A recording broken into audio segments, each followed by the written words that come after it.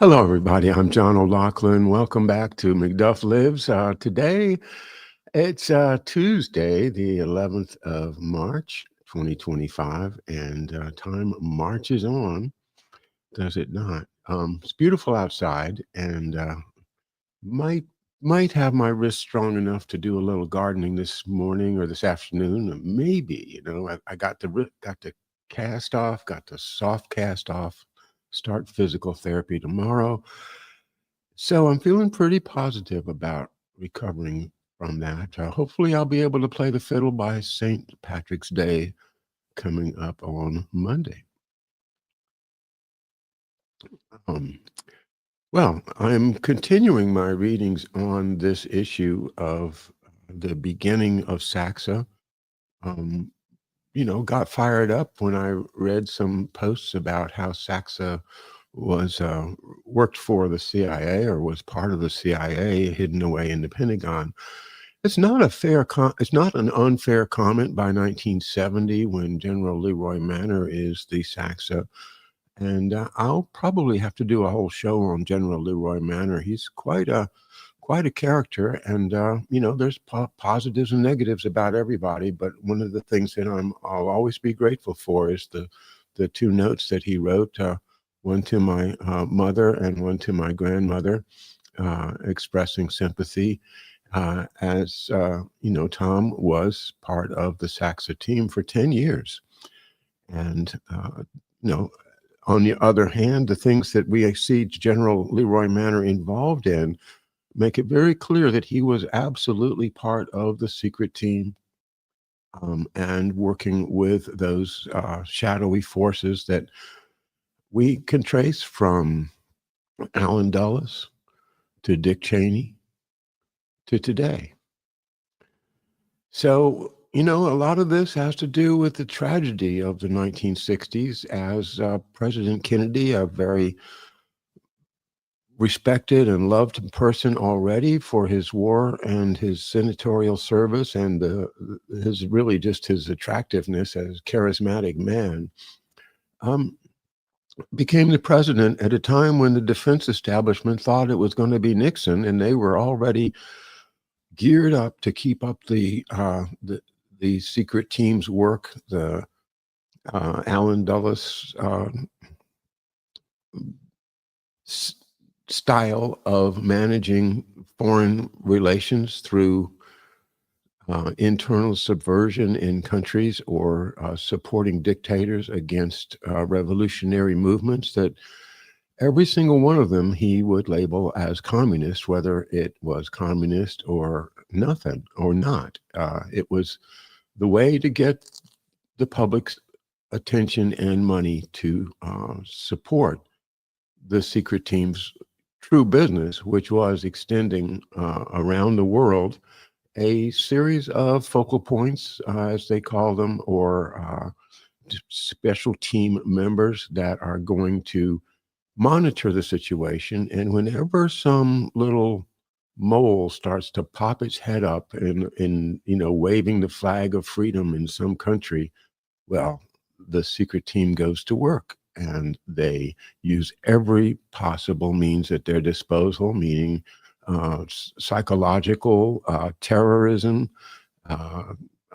media control, of course, and military force on a secret basis, the kind of military force that Allen Dulles and John Foster Dulles nurtured and brought into existence on a huge scale during the time that we're talking about. And that secret team evolves into what we have now, the extension of military, but not just military. Think about the USAID. And that is the vehicle which all of this was done through in terms of supposedly winning hearts and minds by building medical institutions and clean water facilities and things like that by the Army, so that the policies of the Dulles brothers continued and just have grown and grown and grown, and they're not stopped yet. So this is where I think everybody can find some relevance in what we're doing here, trying to understand why President Kennedy formed the operation called SACSA, and then how it evolved into a tool of that CIA, the same one that Kennedy intended to take Special Operations Authority away from. It's quite a story. It's complicated.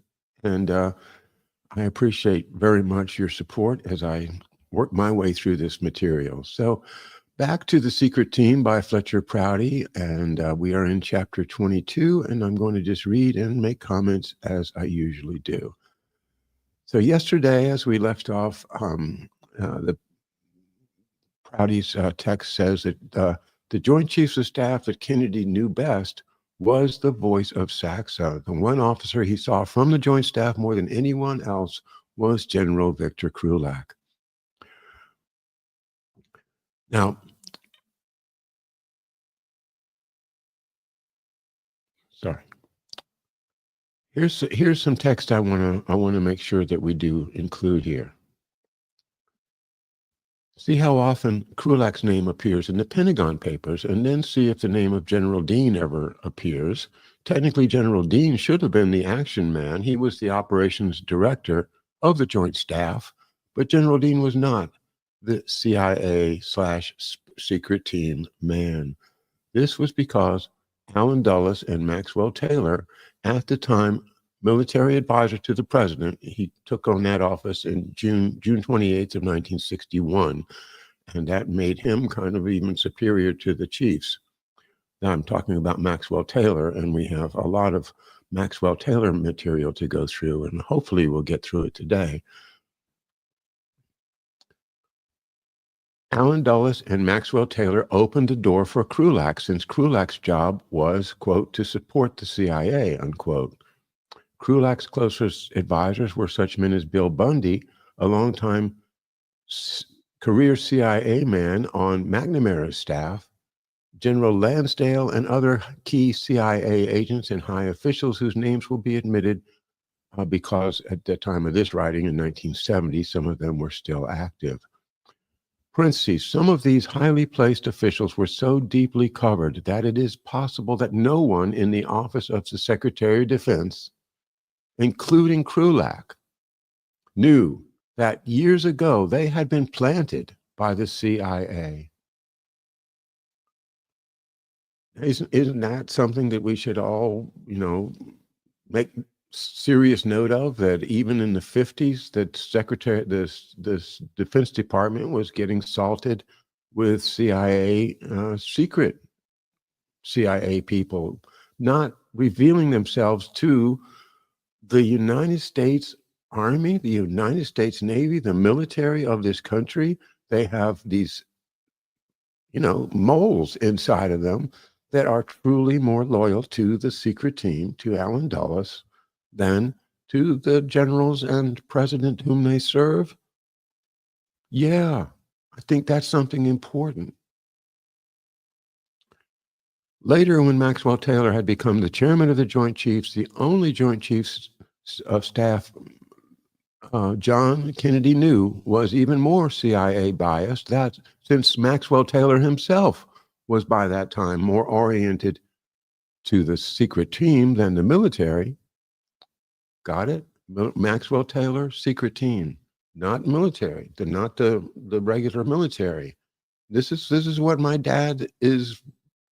This is why my dad's story can be so revealing of the whole thing, because my dad was on the regular military side, coupled with his history of being a top advisor to J. Edgar Hoover at the FBI. So we can start to see that it's not just two teams either, because we've also got the Catholic Church team, the Cardinal Spellman and Spelly's War team working, and we talked about that with our show on General Joseph Carroll's son's book, and we are going to do more work on General Carroll. I wrote a letter to his son Jim Carroll, an email. I haven't got a response yet, but he's in his 80s now, so who knows? Maybe. Okay, sorry. Let's read some more. This is another one. Listen to this. Thus, it was not the real military that Kennedy would have offended if he had withdrawn from Vietnam in 1963. Remember last time, Lemnitzer, he doesn't want to do special ops. He puts the authorization in a file cabinet. Okay. But then Lemnitzer will retire. And who's going to come in but Maxwell Taylor? So once we understand that Maxwell Taylor, for whatever reason, is on the Dulles side vis-a-vis the regular military, then we've got the stage set for what happens in the 60s and how the Vietnam War happened. Now, as we said yesterday, if SACSA had been utilized as intended by President Kennedy, we would never have had a Vietnam War.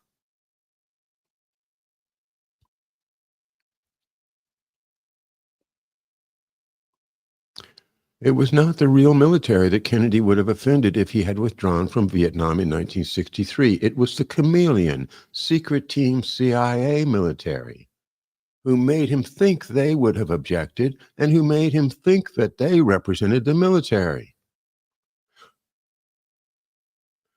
In this special sense, the creation of SACSA and the appointment of Maxwell Taylor as chairman of the Joint Chiefs were most influential events.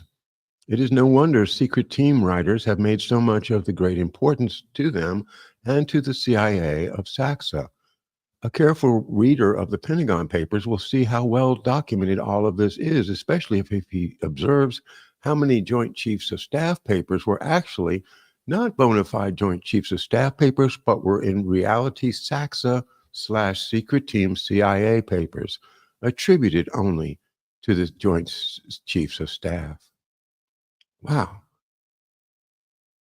So, and of course, this is consistent with the article in the Air Force History Journal that we read from yesterday, because there you go. You're associating the SACSA with the CIA programs. You're not reading anything about what JFK really wanted SACSA to do. As important to the secret team as SACSA was, of equal importance was the return to the government and especially to the Pentagon of Maxwell Taylor. After the Bay of Pigs, it was inevitable that Allen Dulles would leave the CIA. His chief lieutenant, Dick Bissell of U-2 fame and of Laos and Bay of Pigs infamy, left the agency to become the head of the Institute of Defense Analysis, an organization with many interesting functions, among them acting as a conduit for CIA activities. Footnote: when Maxwell Taylor eventually retires from the military the second time, he goes to work for the Institute of Defense Analysis under Richard Bissell.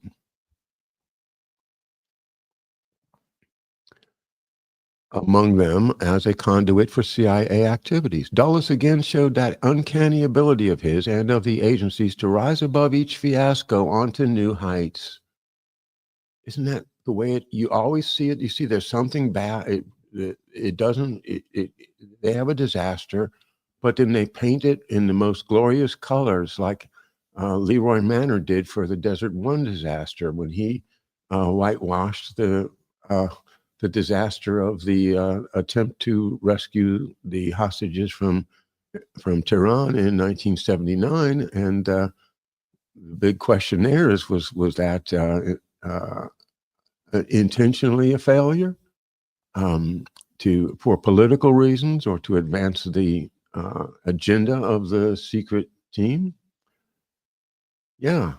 And then out of that grew what? Well, guess what?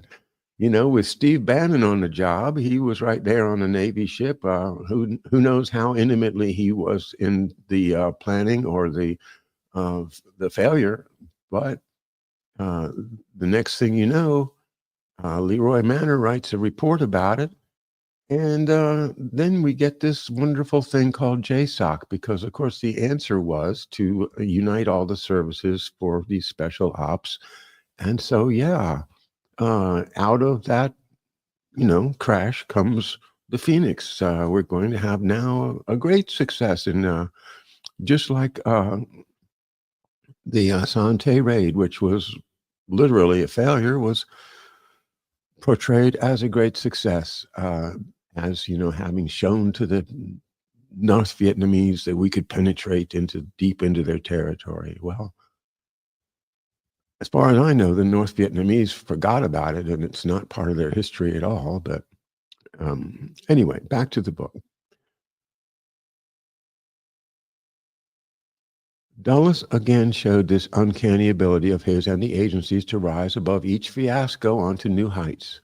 During the Bay of Pigs inquiry, he ingratiated Maxwell Taylor to the Kennedys so firmly that Jack Kennedy assigned General Taylor to the position of military advisor to the president.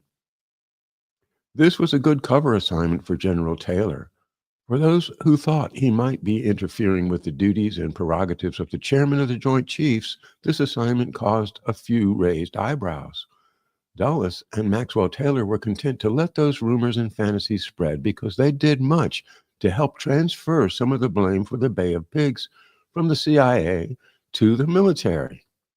However, everyone else in the Need to Know clan knew that Maxwell Taylor was in the White House to be the president's liaison man with the CIA. The president may not have known how closely Maxwell Taylor's aspirations and those of Allen Dulles matched each other. During the last days of the Dulles era, Maxwell Taylor served as the focal point man between Dulles and his agency and the White House. Why did General Maxwell Taylor align himself with Allen Dulles? Well, it goes back to General Maxwell Taylor's advocacy for the doctrine of flexible response.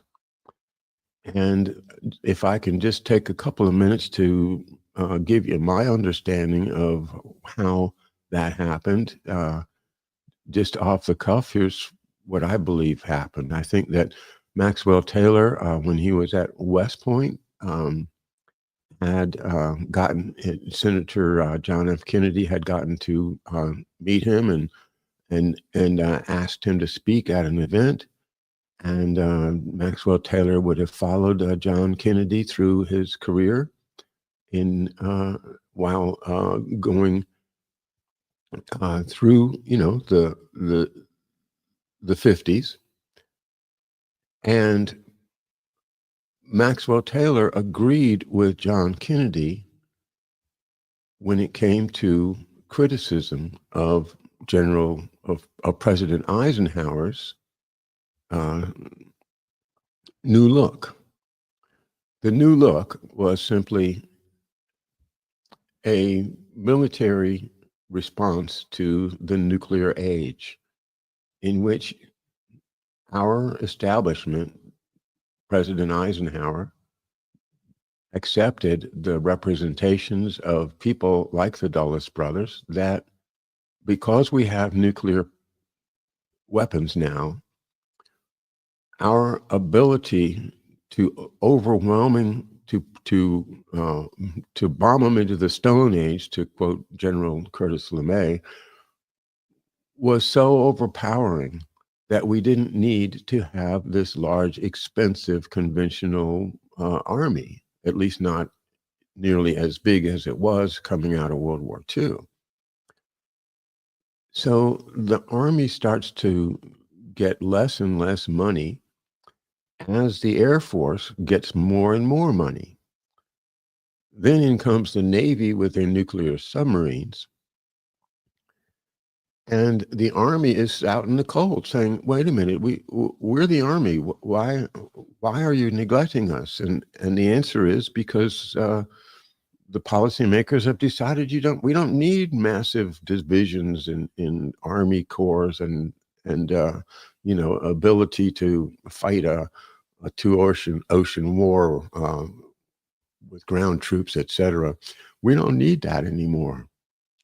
Well, General Taylor disagreed with President Eisenhower and that team, and so he was not allied with the Dulles brothers, whose thinking was along the lines of yeah, let's give all that money to our nuclear engineering people, and use that as a way perhaps to lessen the power of the existing military and work in our special ops power as time went on, and Eisenhower allowed it to happen. The big change when Kennedy comes in then, well, Maxwell Taylor wrote and advocated a book. He wrote the book and published it in 1960 in coordination with President Kennedy's campaign for the presidency, because President Kennedy had already, become a big admirer of that flexible response doctrine that Maxwell Taylor had been shopping around the Pentagon and other places, saying, hey, we need to be ready for responding to brush fire wars that happen. Suppose that something happens in Indonesia or Laos or, any place, Saudi Arabia, anywhere in the world. We have got to have a military that can go in there with boots on the ground and take things in hand firmly. And if we don't have the ability to do that, then our nuclear arsenal is worthless, because these brush fire wars are going to happen everywhere, and then the communists are going to take everything. Well, President Kennedy agreed with Maxwell Taylor on that, and that's why he supported Taylor, and Taylor wrote the book called The Uncertain Trumpet. The Uncertain Trumpet, a reference to St. Paul, a famous quote of St. Paul's, that if a trumpet sounds uncertainly, how will the soldiers know what to do? And that's the theme, that we didn't have a solid military response prepared. And so anyway, with President Kennedy, the Army starts being able to rebuild again because of the flexible response doctrine that Kennedy adopted. And Bobby Kennedy became really almost best friends with Maxwell Taylor. So the Kennedys have their ideas. As we read yesterday, they might not have been the brightest ideas because they were too new. They were too young. They didn't see all of these powers that we're trying to sort out behind the scenes.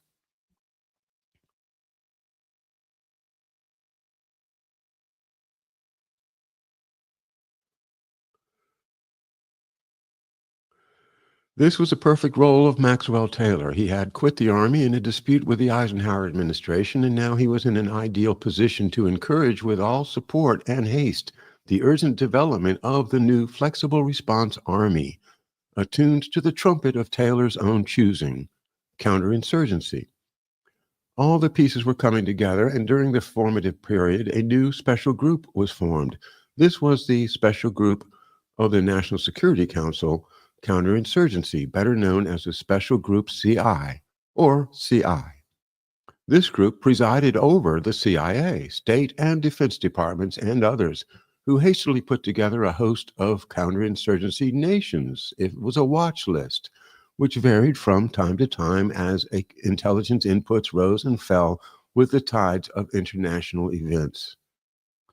Just as Allen Dulles wanted it, he did not want to have an aggressive, let's go into this country with USAID and help them rebuild, like the Chinese do in Africa, for instance. No, we didn't want to do that. We wanted to do our kind of counterinsurgency, not Krulak's, but the kind that Ed Lansdale did, and that is by going in and creating a conflict, create a revolution, have a different sides of the indigenous people fight each other, and then come in after they've killed off enough of them. One side wins, and you come in and dominate the country from there. That's the Dulles Lansdale method. And President Kennedy, of course, well, you know his speech, his inaugural address, and certainly, if you don't, that's one great place to start with President Kennedy. Just listen to his inaugural address about helping, not controlling or destroying the newly freed third world colonial era countries.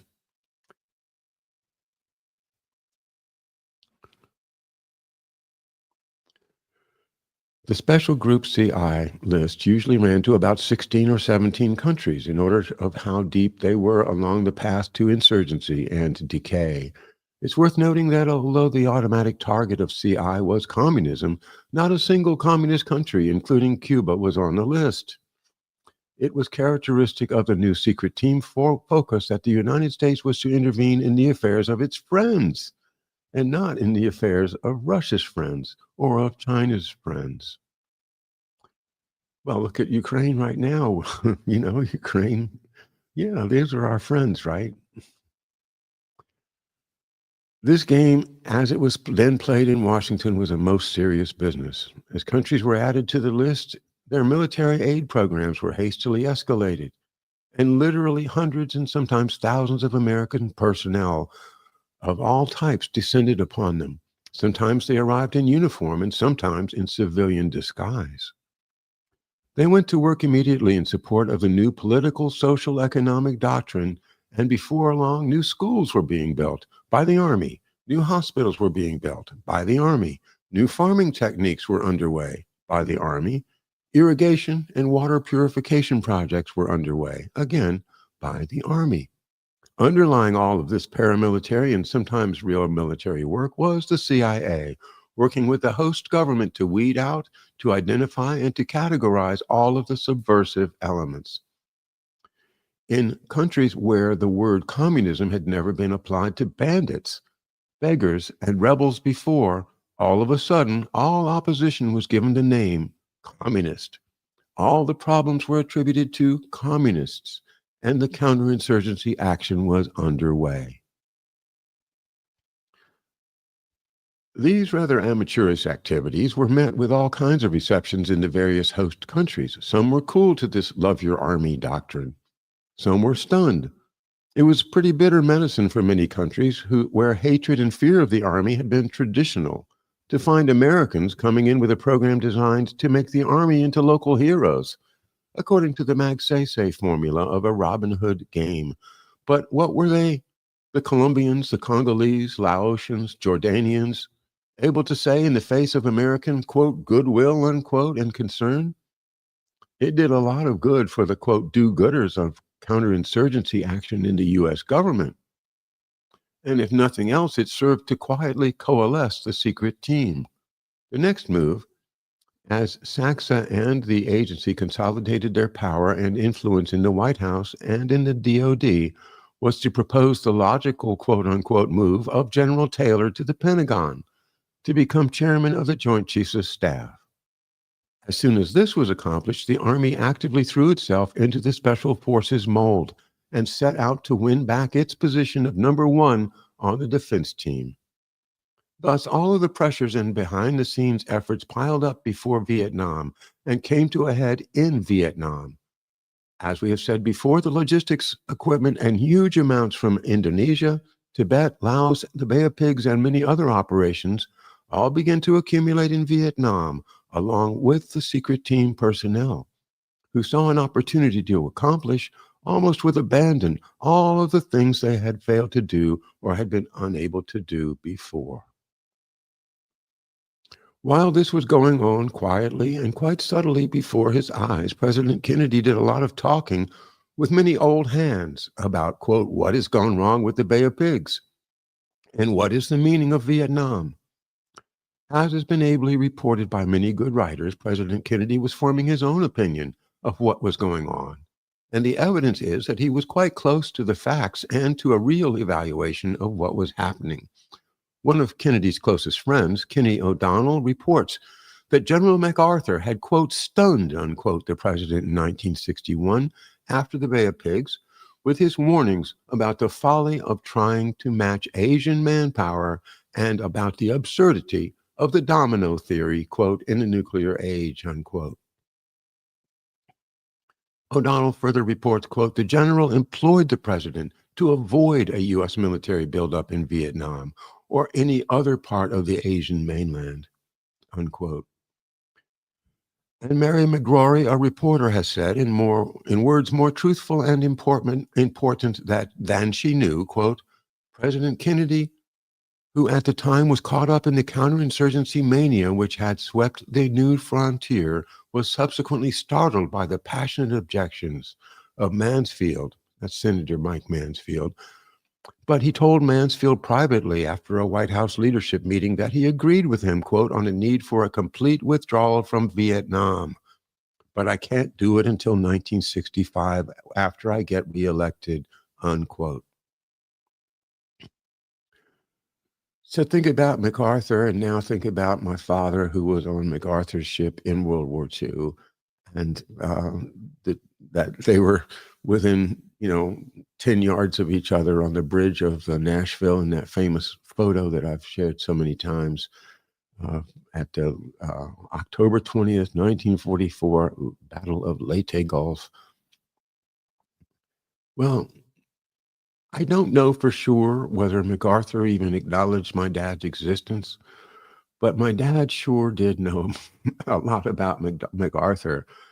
And isn't it more likely that my dad would have agreed with MacArthur and helped in whatever way he could to keep us from throwing away those thousands and thousands of lives in Vietnam and destroying that country?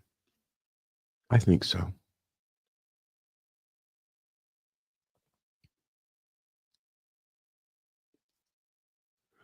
Kennedy had the misfortune, which he was overcoming rapidly, of being young and inexperienced in the inner ways of government, such as those employed by the secret team.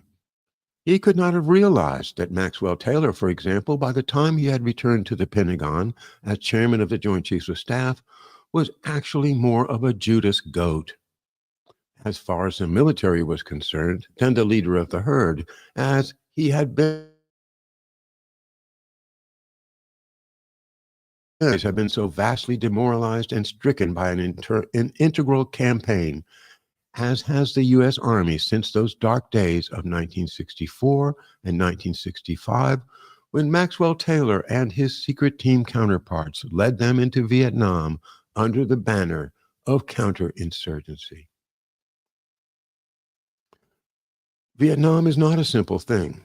There were many new forces at play there. It had always galled the Navy and the intelligence community the way General MacArthur had dominated the Pacific during World War II, and then later in Korea. And in so doing, he had gained the complete upper hand over all of his adversaries in the U.S. military, especially over Wild Bill Donovan and the old OSS. And of course, that's a significant part of the book I wrote, and I hope you will get a copy if you haven't got one. It's $10 on Amazon, $8 for the Kindle.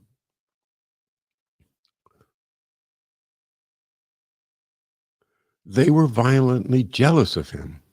Admiral Radford, who had been Commander-in-Chief Pacific Forces, objected strenuously to any decision that would make Southeast Asia an Army theater of action, as MacArthur had made the Korean action an Army show. Radford supported the CIA and Lansdale when they moved into Saigon from Manila. For other reasons, the Navy and the CIA had the full support of Cardinal Spellman, since he strongly urged the installation of a Catholic in the president's office in Saigon. And Ngo Dinh Diem and his family were pillars of the Catholic Church in Indochina. And I'm going to take a second to show you an interesting photograph I happened upon.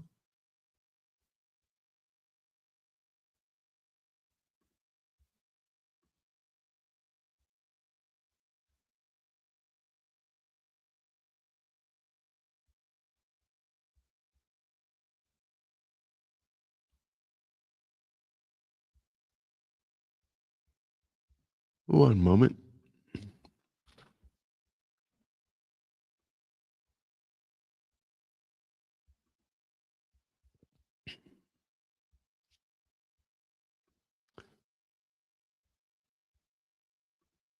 All right, there you are.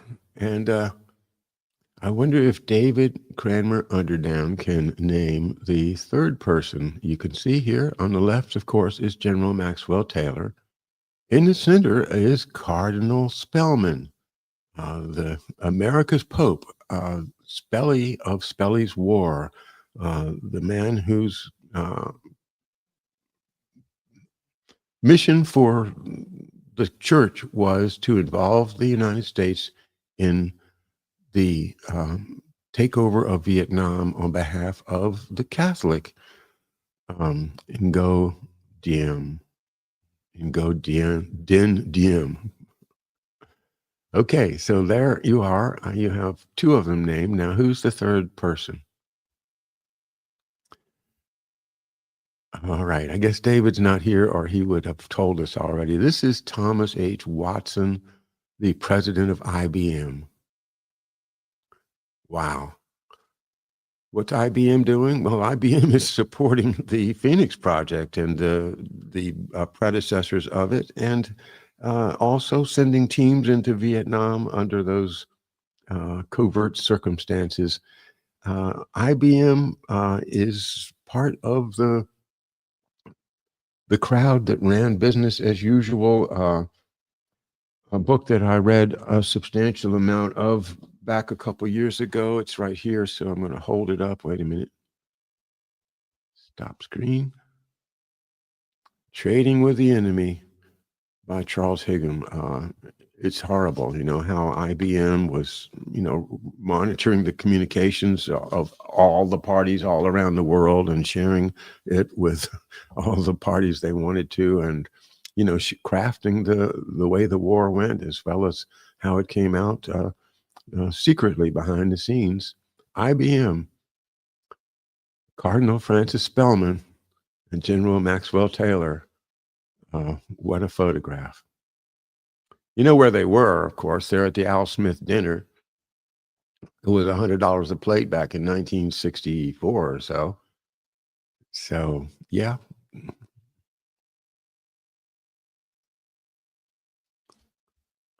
Be sure and watch my show about America's Pope, Cardinal Spellman. It's about a month ago I did that one.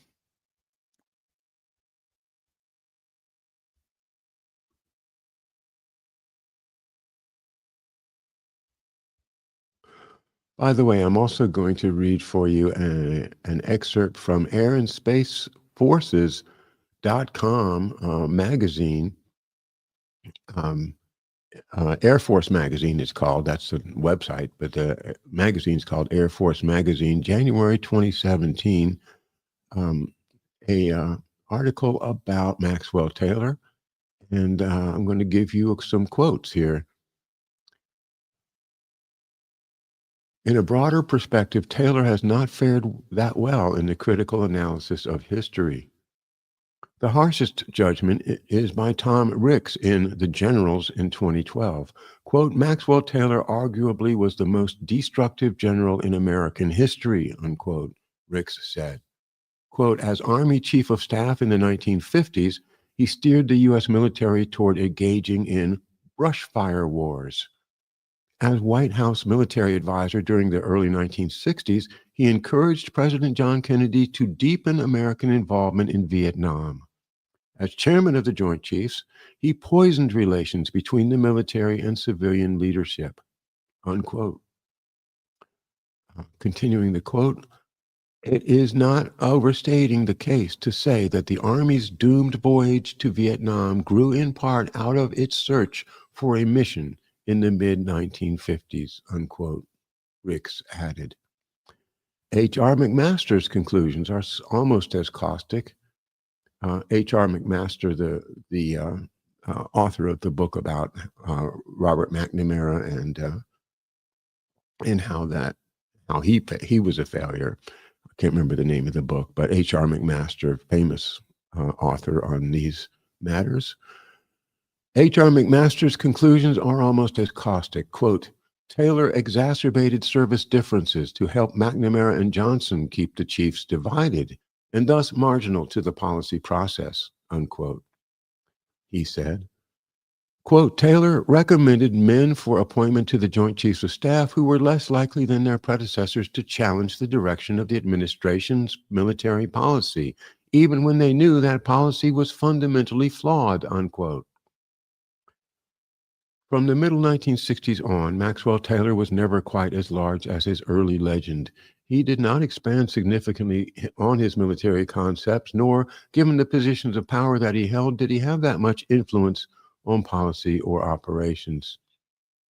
His big achievement was the formulation of flexible response. It has been interpreted in a variety of ways, some of them considerably different from what he had in mind. However, in various guises, it became a fundamental doctrine of both the United States and NATO, and is one of the lasting military concepts of the 20th century. Even his worst critics will give him some credit for that. Okay, it's NATO has expanded this secret team concept all over the world. And yeah, credit or blame, I don't suppose I should try to make a judgment, but wow. Tom Ricks and H.R. McMaster, really, really harsh judgment.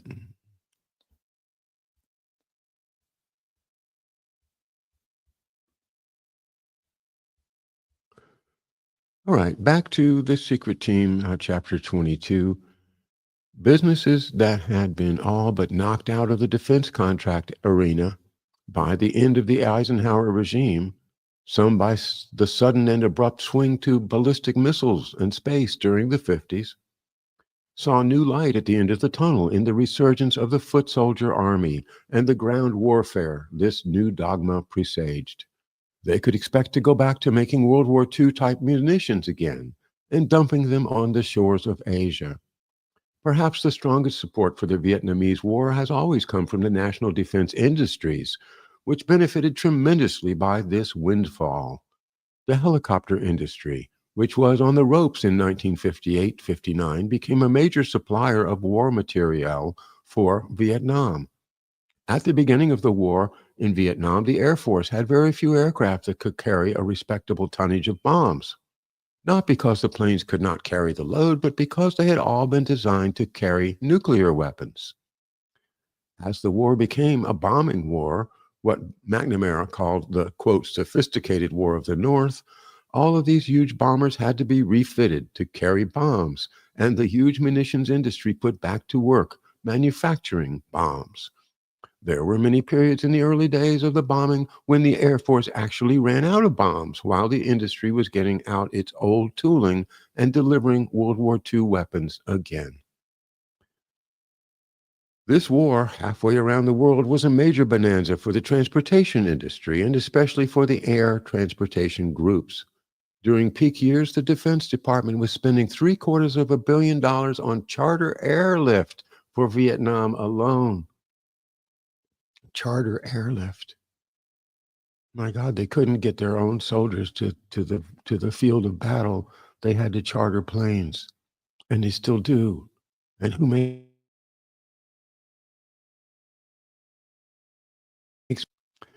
in the services, military personnel who saw forced retirement facing them during the 60s were looking at the inevitable retirement as majors, lieutenant colonels, and colonels until a whole new vista opened with a new plan and its return to a ground war of massive troop strength.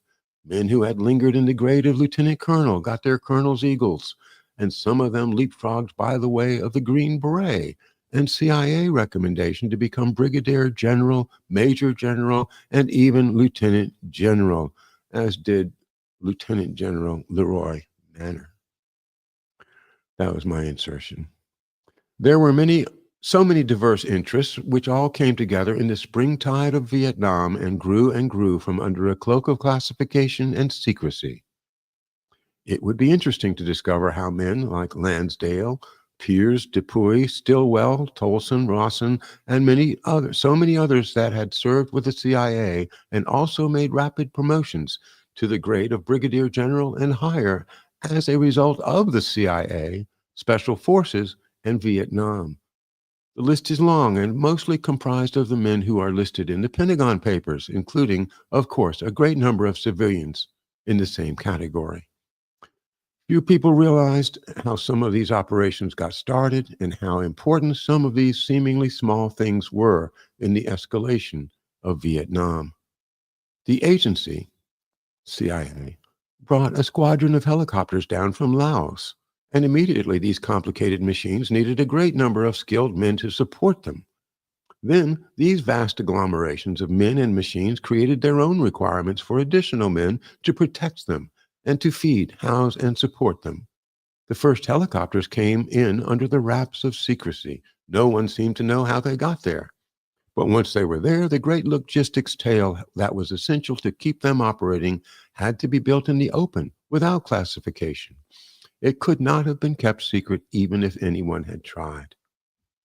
On top of this, since the secret team was running the beginnings of the war from Washington, they felt that every gimmick they could dream up was worth a try.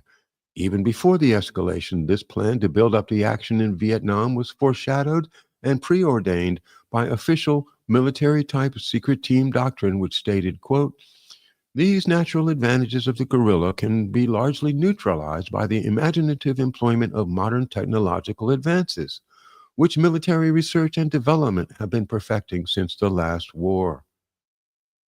Night vision devices, lightweight body armor, portable radar for infantry use, invisible phosphorescent dyes, defoliants to deprive the guerrillas of their jungle cover, fast, lightweight, silent, shallow draft boats for river patrol, and tiny, reliable short-range radios.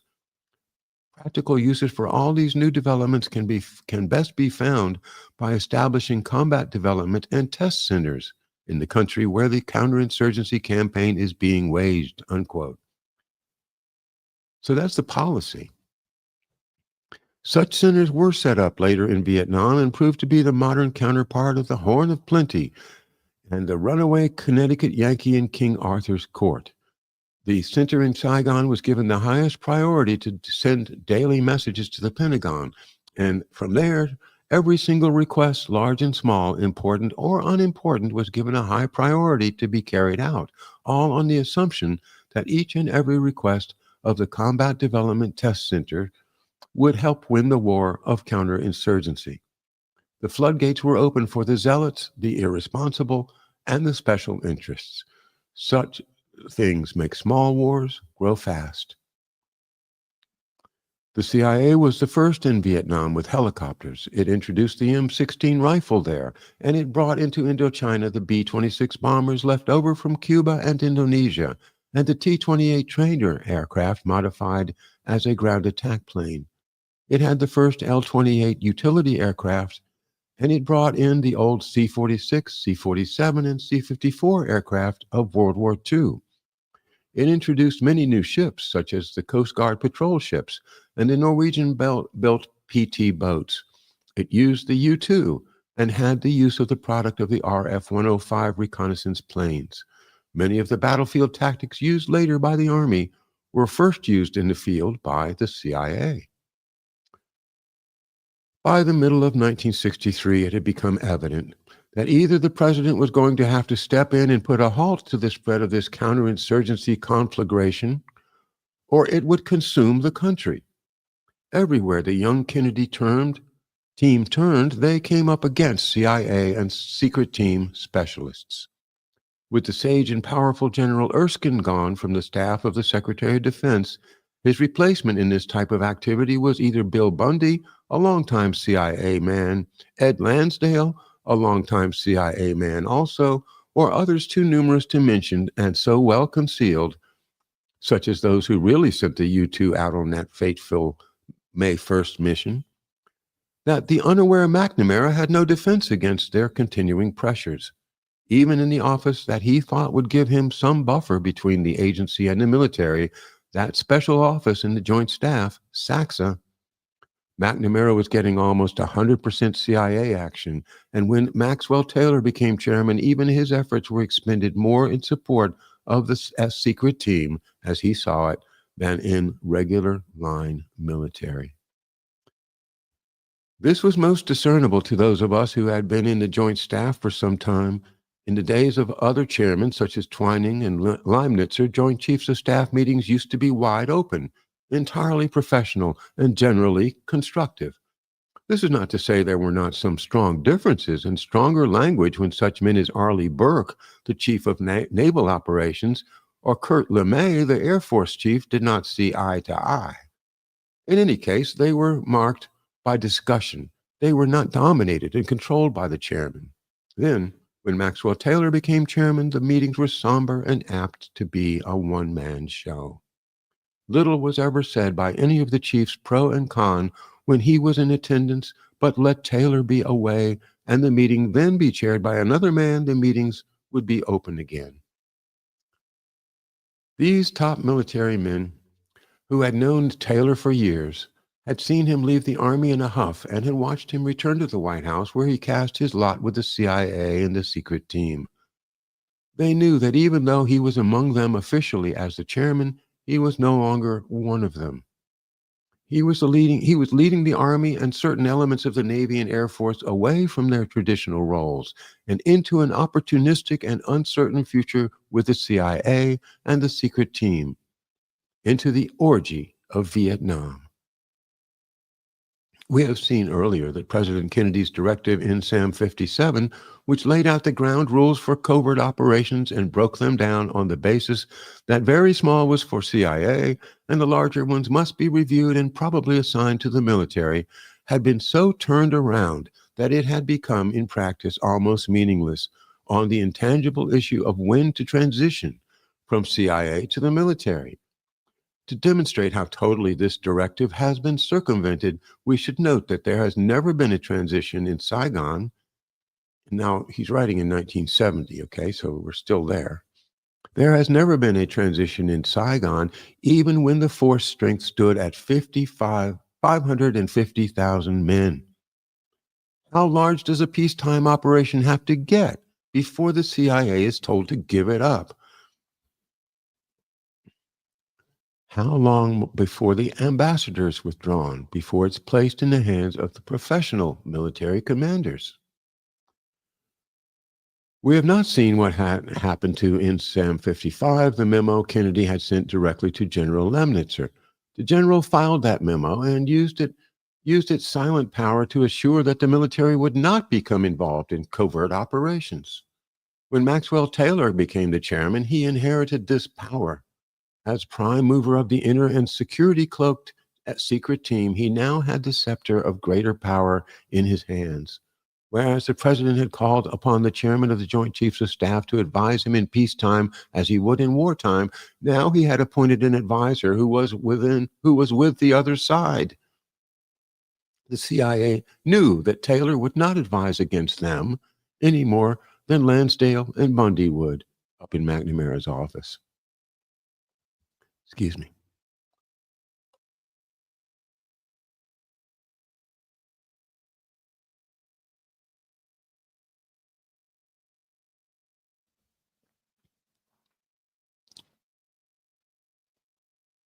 Therefore, with the move of Maxwell Taylor to the chairmanship of the JCS, the secret team had checkmated President Kennedy on both NSAM 55 and NSAM 57. As the country moved into the crucial summer of 1963, the president admitted to his closest confidants that he could not move against the right-wingers and the secret team. As he told Senator Mansfield, quote, "I can't do it until 1965 after I'm reelected."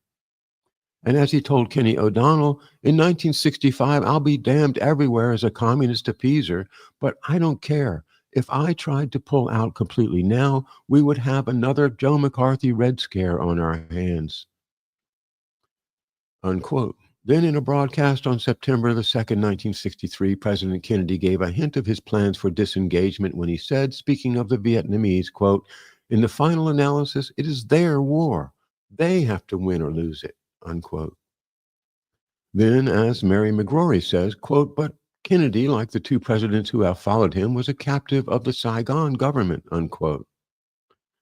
It is typical of reporters and other researchers to give such limited conclusions because even as close as they are to the government, they are unable to get behind the screen of secrecy and see how the secret team really works. Not only was Kennedy captive of the Saigon government, but he and the Saigon government were captives of the secret team. As we look back to the beginning of this narrative and to those remarkable papers called the Pentagon Papers, we recall that early in October 1963, only 1 month after the above cited broadcast, McNamara and Maxwell Taylor reported to the president that it looked to them after their visit to Saigon as though things could be put under control and that we would be able to withdraw all personnel by the end of 1965. Now we can see why they chose that date. That was the date the president had used in his own discussions with his closest advisors. They all knew that he planned to announce a pullout once he'd been reelected. Less than 1 month after that report, the men who had been running South Vietnam since they had been placed in power there by the American CIA, along with Ngo Dinh Diem and his brother Nhu, were dead. And the government had been turned over to one of those friendly generals who more properly fit the pattern for counterinsurgency and the new plan. If South Vietnam was to be redeemed, it would best be saved by a junta of benevolent army generals, or so the new military doctrine went.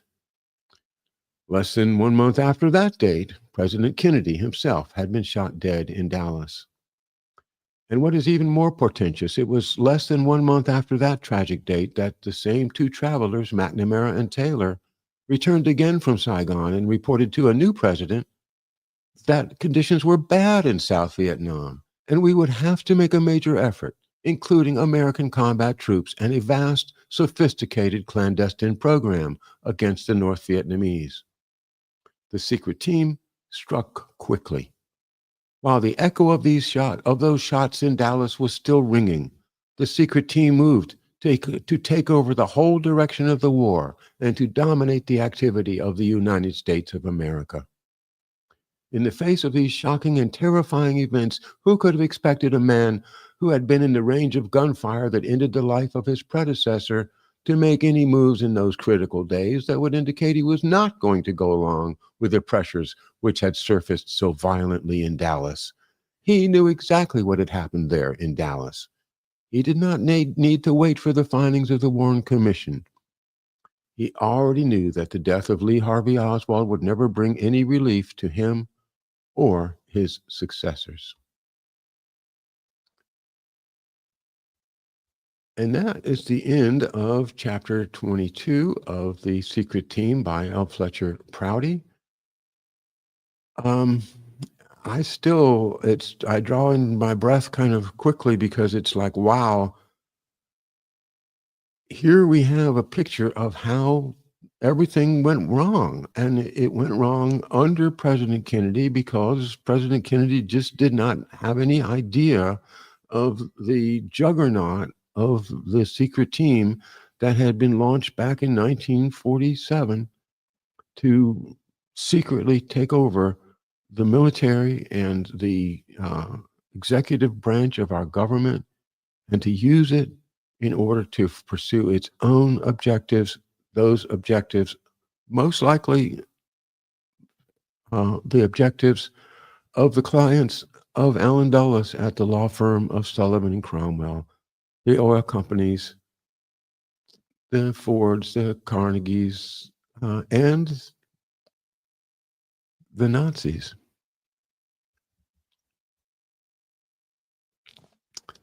All right, thanks for being with me. I appreciate it very, very much having you along when I go through this difficult material. I'll see you guys on Thursday. Have a great Wednesday. And yeah, it's springtime. Enjoy.